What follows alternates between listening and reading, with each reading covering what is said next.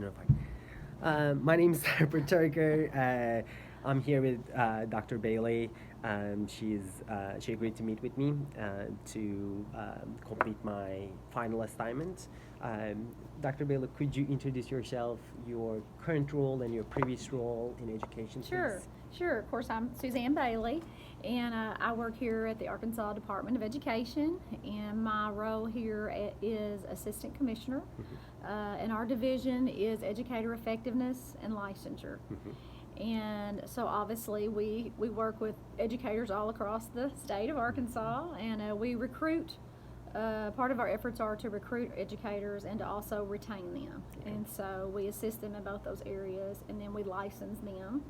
And we also have PLSB that's in our division, which is Professional Licensure Standards Board and Ethics.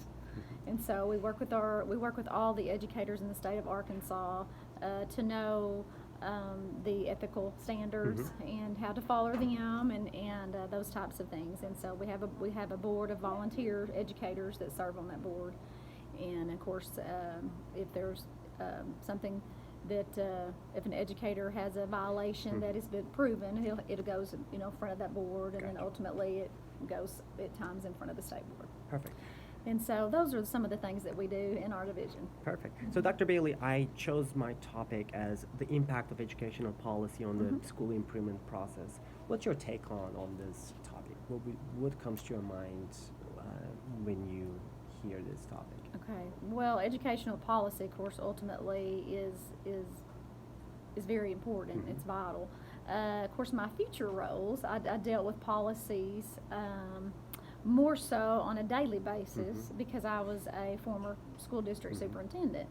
And so, and one of my roles was to ensure that our policies were up to date and that the district personnel followed the policies. And of course, I worked hand in hand with our school board because the school board members, they ultimately adopt the policies and create the policies, and then the superintendent enforces those policies and at the district. Okay. And So, as our state, do we have training? Do we support or do we create trainings for the future leaders and superintendents to help to implement these policies, the importance of these policies? Do you guys provide any? Yes. There's lots of training that we provide. Of course, we have a mentoring program for superintendents, for brand new superintendents. When they get a job, they are mentored with a veteran superintendent, and they work on just all kinds of topics that a superintendent is going to deal with or face. Is that mandatory?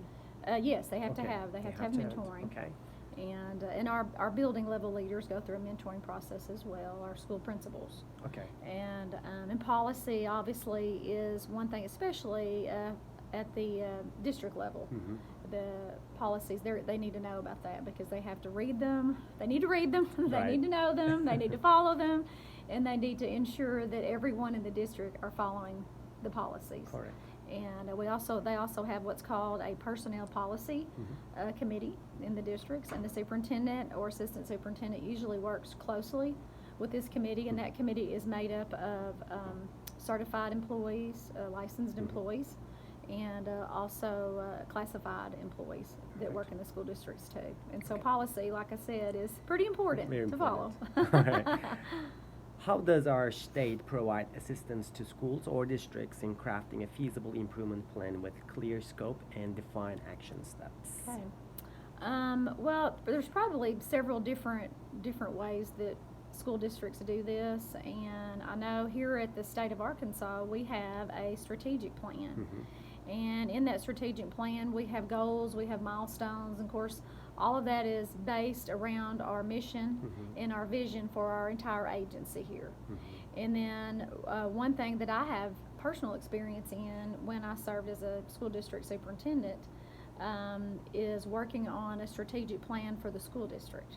And so that gave me some experience. So when I came to this new role, not only do we have a strategic plan for the entire department, but we're working here in our division of Educator Effectiveness and Licensure, creating a strategic plan that will align to the agency's plan. So then whatever we're doing, we're ensuring that it is aligned to what the agency's goals are And so our goals fit into the agency's goals. I understand. And so, and I'm always a big supporter of school district superintendents, and I've actually worked some and helped supported Arkansas School Boards Association go out with some other school district superintendents and their school board members to help them create their own strategic plan for their school system if they don't have one. I understand. But it's helped me tremendously as a former district leader, and it's helping me here. So, and our whole entire team. Do they have to create that strategic plan every year, or is it just one time? Well, you can create it, and the first year, obviously, just like anything else, is going to be the biggest because you're creating it. Right. But then, I think what you're saying probably, I wouldn't say you need to recreate the whole entire plan, but you definitely need to review it and revise it because it needs to fit the needs of your district or your school. Okay. And I know when I was a superintendent, I had all of my principals create a building strategic plan that was aligned to our district plan. Okay. So everybody was working towards the same goals and we had the same mission and the same vision. And then we communicated that out to our community stakeholders too. So it was very transparent. And so we had some clear and consistent direction for what the schools were doing and what the entire district was doing. And that was a big help. Okay. My next question is to you. You were a superintendent of a large schools, different schools, districts. Do you remember a policy that you implemented or you were part of creating that policy that impacted school improvements positively or negatively or both? Well, I've actually been involved I've worked in very small school districts and then more average size, I would say, school districts.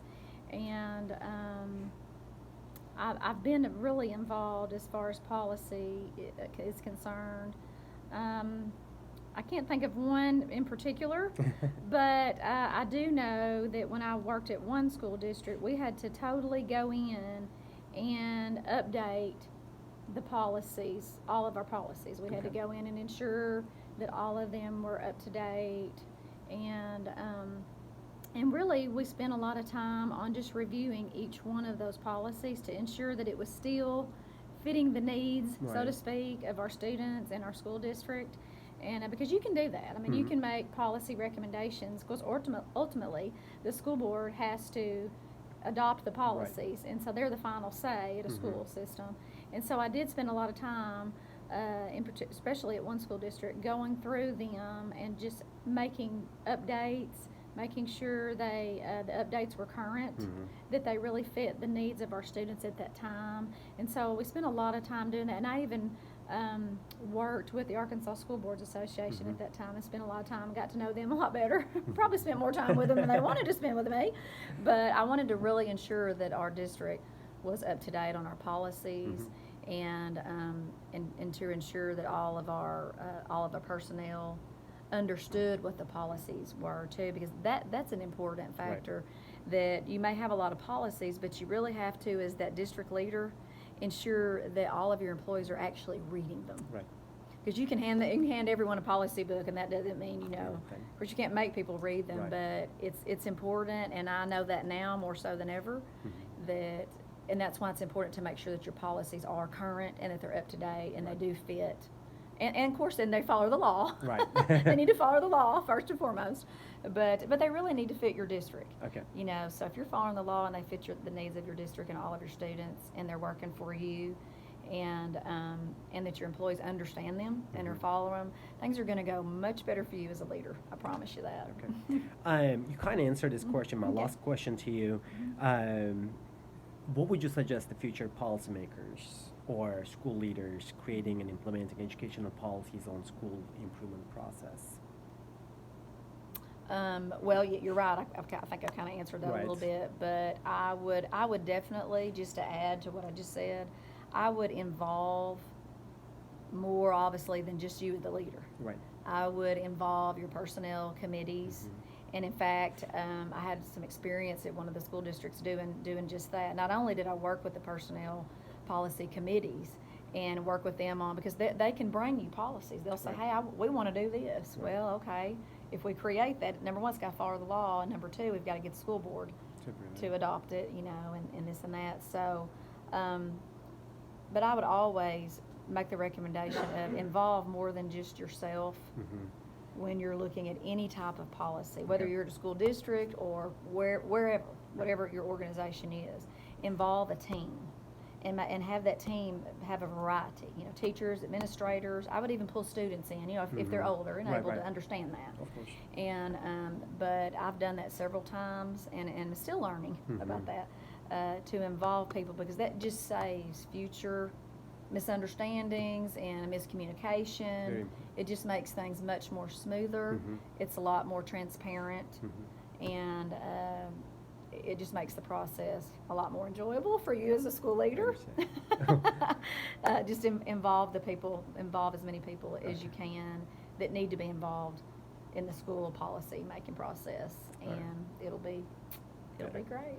Well, thank you so much for your You're time, welcome. for your amazing feedback on this You're topic. welcome, So, you're welcome. again, thank Hope you. it was helpful. Definitely.